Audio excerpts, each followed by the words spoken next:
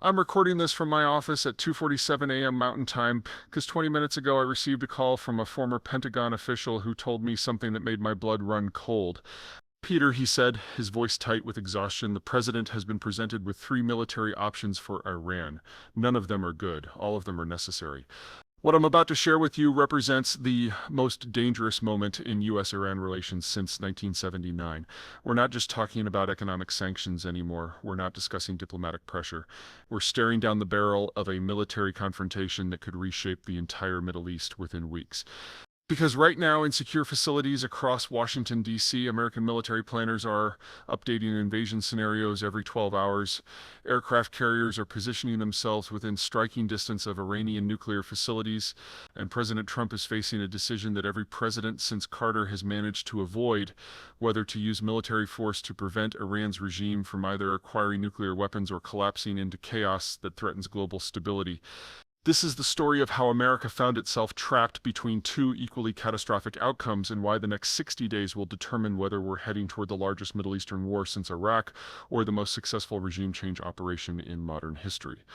Let me explain why even the smartest people in Washington are terrified of what comes next. The Oval Office calculation.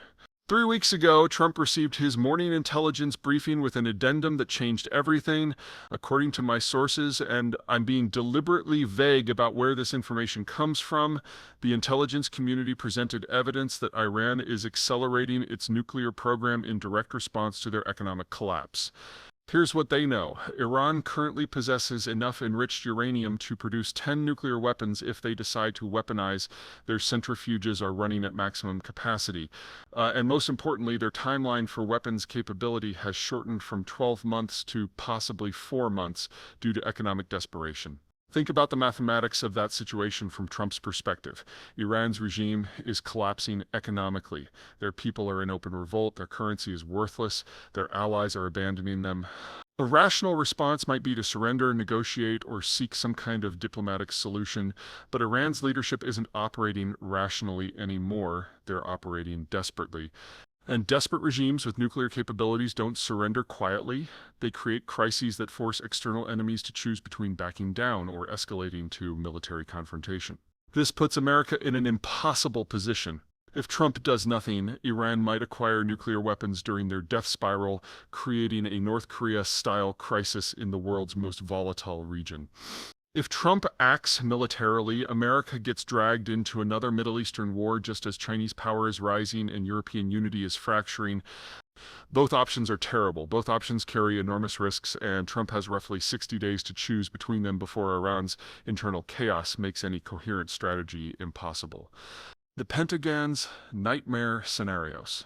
Let me walk you through the three military options that landed on Trump's desk last week. I've reconstructed these from conversations with former defense officials, open source intelligence, and my own analysis of American military capabilities in the region. Option 1, limited strikes on nuclear facilities. This is what Israel executed successfully in June 2025, but on a larger scale. Precision bombing of uranium enrichment facilities, nuclear research centers, and weapons development sites. The goal would be setting Iran's nuclear program back 5 to 10 years while avoiding broader military confrontation. Advantages: minimal American casualties, clear strategic objective, international support from allies concerned about Iranian nuclear weapons. Disadvantages: doesn't address regime stability, likely triggers Iranian retaliation against American bases and allies, potentially pushes Iran toward even more desperate behavior. Option 2, regime decapitation. Targeted elimination of Iran's senior leadership, Supreme Leader Khamenei, IRGC commanders, nuclear program directors. The theory is that removing key decision makers could trigger internal power struggles that lead to regime change without full-scale invasion. Advantages: could accelerate regime collapse that's already underway, removes most dangerous decision makers during crisis period. Disadvantages: highly risky, unpredictable succession dynamics, potential for chaos that spreads throughout region, possible Iranian sleeper cell activations globally. Option 3, comprehensive military campaign. Full-spectrum warfare targeting nuclear facilities, military infrastructure, government buildings, and IRGC bases. Essentially the Iraq 2003 model adapted for Iranian geography and capabilities. Advantages: eliminates Iranian nuclear threat permanently, removes destabilizing regime, allows America to control post-conflict reconstruction. Disadvantages: enormously expensive, high American casualties, complex occupation requirements, potential for regional war involving Russia and China. Every option involves killing people, every option risks uncontrollable escalation, and every option must be executed while Iran's internal situation deteriorates daily. This is why Pentagon planners are working 18-hour days. They're not just planning military operations, they're trying to predict the behavior of a desperate regime that might do literally anything to maintain power. Russia's dangerous game. But here's where the situation becomes truly complex. Russia is playing both sides of this crisis in ways that could trigger exactly the kind of confrontation Moscow claims to want to avoid. Remember, Russia and Iran have been partners for years. Iranian drones are killing Ukrainian soldiers right now. Iranian oil helps Russia evade Western sanctions. Iranian ports give Russian vessels access to the Indian Ocean. But Putin faces the same calculation as China. Supporting Iran's regime might trigger American military action that forces Russia to choose between backing Tehran or avoiding direct confrontation with U.S. forces. So Russia is executing a strategy of calibrated support that reveals everything about how modern proxy relationships actually work. Sergei Shoigu, Russia's Security Council secretary, issued a carefully worded statement condemning foreign interference in Iran's internal affairs. Notice the language: not American interference, but foreign interference. That gives Russia diplomatic wiggle room to avoid direct confrontation if Trump orders military strikes. Meanwhile, Russian arms deliveries to Iran have increased, but their defensive systems, not offensive weapons, anti-aircraft missiles, electronic warfare equipment, armored vehicles for internal security. Russia is helping Iran survive American attacks, not launch them. Why? Because Putin understands that Iran's regime might survive if they can weather American military pressure, but Russia's relationship with America becomes impossible if Russian weapons start killing American soldiers. This is realpolitik at its most cynical. Russia will help Iran just enough to maintain their partnership, but not enough to trigger American retaliation against Russian interests.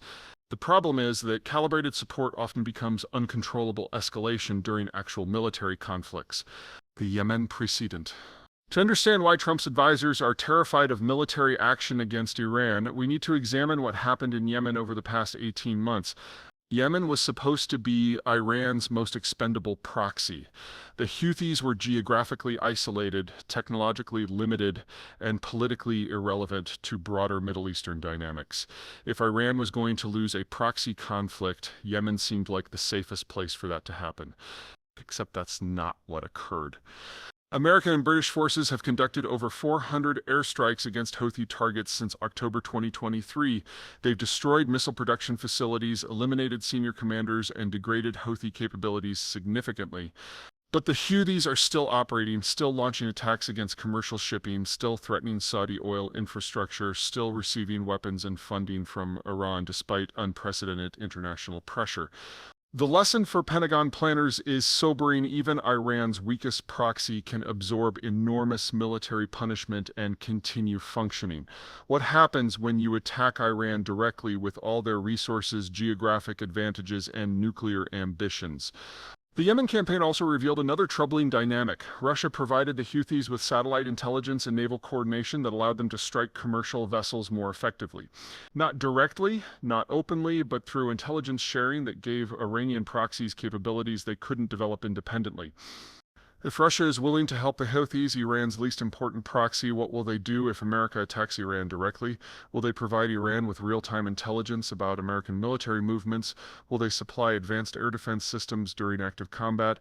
Will they activate their own proxy networks in response? These questions don't have good answers, but they explain why Trump's military advisors are presenting him with options that all carry enormous risks. The Strait of Hormuz choke point. Here's the geographic reality that makes any military action against Iran incredibly dangerous. Iran controls the Strait of Hormuz, through which 30% of global oil shipments pass daily. That's not just a statistic. That's 21 million barrels of oil per day flowing through a waterway that Iran can shut down with relatively simple military operations. During the Iran-Iraq War in the 1980s, Iran demonstrated their willingness to disrupt global energy supplies when their regime faced existential threats. They mined shipping channels, attacked neutral tankers, and forced international naval escorts for commercial vessels. That was when Iran's economy was healthier, their regime more stable, and their military capabilities more limited. Today, Iran has anti-ship missiles that can strike targets 300 miles away, naval mines that can disable supertankers, and speedboats equipped with explosives that can conduct suicide attacks against commercial shipping. If Trump orders military strikes against Iran, the first Iranian response will likely be closing the Strait of Hormuz, not for days or weeks, but for months. The economic consequences would be immediate and global. Oil prices would spike to $150-200 per barrel within hours. Global supply chains would collapse as energy costs become prohibitive. European economies would face immediate recession. Chinese manufacturing would slow dramatically as energy imports become unaffordable. And that's just the beginning. Because closing the Strait of Hormuz requires keeping it closed, which means continuous military operations against any forces trying to reopen it. In other words, any military action against Iran automatically becomes a prolonged campaign to control the Persian Gulf's maritime routes. That's not a surgical strike or targeted operation. That's a regional war involving naval forces from multiple countries. The Trump doctrine emerges. But here's what most analysts are missing about Trump's approach to this crisis. He's not actually planning to invade Iran in the traditional sense. Based on my conversations with former administration officials and my analysis of recent American military positioning, Trump is developing what I call the Venezuela model for dealing with Iranian regime change. Remember what happened to Nicolas Maduro in January 2026? American Special Forces captured him during what appeared to be a routine diplomatic meeting. No invasion, no prolonged military campaign, no occupation. Just precise surgical removal of the key decision maker, followed by immediate support for opposition leaders. The Venezuela operation succeeded because Maduro's regime was already collapsing economically and politically. His military was demoralized, his allies had abandoned him, and his people were in open revolt. Sound familiar?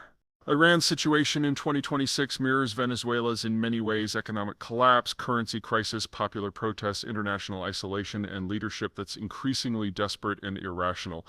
The difference is that Iran has nuclear capabilities and regional proxy networks that Venezuela lacked. Trump's emerging strategy appears to be creating conditions where Iran's regime becomes so weakened that targeted military action can achieve regime change without prolonged occupation or massive military commitment. This explains the recent escalation in economic pressure, the positioning of special operations forces in the region, and the increasingly specific military threats against Iranian leadership. Trump isn't preparing to invade Iran. He's preparing to decapitate Iran's regime at the moment of maximum weakness, then support internal opposition forces that can establish a pro-American government. The timing calculation. This brings us to the most critical question in American foreign policy right now. When does Trump act? The economic strangulation campaign is working exactly as designed. Iran's currency is collapsing, their people are revolting, their allies are distancing themselves. Every day that passes makes Iran's regime weaker and more desperate. But there's a point, and nobody knows exactly where it is, where Iran becomes so desperate that they make decisions that force American military intervention regardless of Trump's preferences. If Iran accelerates their nuclear program to weaponization, Trump has to act before they achieve that capability. If Iran attacks American allies or interests in response to economic pressure, Trump has to respond militarily to maintain credibility. If Iran's regime collapses chaotically and their nuclear materials become unsecured, Trump has to intervene to prevent nuclear terrorism. The challenge is that all of these scenarios could happen simultaneously over the next 60 days. Iran's leadership knows they're in a death spiral. They can see the economic mathematics as clearly as I can. They understand that America's strategy is designed to achieve regime change without military action. So they have powerful incentives to create crises that force American military intervention before their regime becomes too weak to influence the outcome. This creates what strategists call a use it or lose it dynamic. Iran might decide that their only chance of survival is forcing a military confrontation with America while they still have the capability to inflict serious damage. The Russian willed card. But here's the factor that could turn this controlled demolition into uncontrollable chaos: Russia's decision-making during a US-Iran military confrontation. Putin has invested enormous political capital in challenging American global dominance. Iranian partnership is central to that challenge. If America succeeds in removing Iran's regime through economic warfare followed by surgical military action, what does that say about Russia's ability to protect its allies? More importantly, what does American success in Iran mean for Russia's own security? If Trump can strangle Iran economically and then remove their regime militarily without significant cost or consequences, the same strategy becomes available for dealing with other American adversaries, like Russia. This is why Russian support for Iran might increase as American pressure intensifies, not because Putin loves Iran's regime, but because Russian strategic interests require demonstrating that America cannot remove anti-American governments with impunity. The danger is that Russian calibrated support during a US-Iran military confrontation could escalate into direct Russian-American conflict. Imagine this scenario. Trump orders airstrikes against Iranian nuclear facilities. Iran retaliates by attacking American bases in the region. Russia provides Iran with satellite intelligence about American military positions. American pilots die because of Russian intelligence support. How does America respond? Do we strike Russian intelligence assets? Do we target Russian forces supporting Iran? Do we treat Russian assistance as an act of war? These questions don't have clear answers because we've never faced a situation where America's primary adversaries have enough military capability to directly support each other during conflicts with the United States. The countdown begins. I'm going to tell you something that might keep you awake tonight. Based on everything I'm seeing in intelligence patterns, military positioning, and economic indicators, America will take military action against Iran within the next 90 days. Not because Trump wants a war, not because American interests require it, but because Iran's regime is approaching a point of desperation where they'll create crises that make military action inevitable.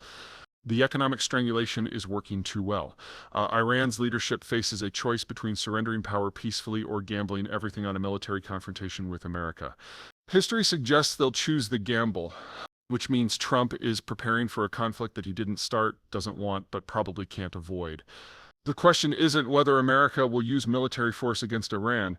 The question is whether that force will be surgical and decisive or prolonged and catastrophic. And the answer depends on variables that nobody fully controls. Russia's level of support for Iran, China's response to military action in their primary energy supplier, Iran's willingness to use nuclear materials for terrorism rather than weapons, and the resilience of global energy markets during a Persian Gulf conflict. In our next episode, we need to examine why China has begun quietly moving naval assets toward the Middle East, why European allies are preparing for massive refugee flows from Iran, and why American Special Operations Forces are conducting training exercises in countries that border Iran. Because what happens in Iran over the next 60 days won't just determine the Middle East's future, it will establish the template for how superpowers handle regime change in the nuclear age. The question that haunts every serious strategist in Washington is simple. Can America remove Iran's regime without triggering the kind of regional war that destroys everything we're trying to protect? We're about to find out.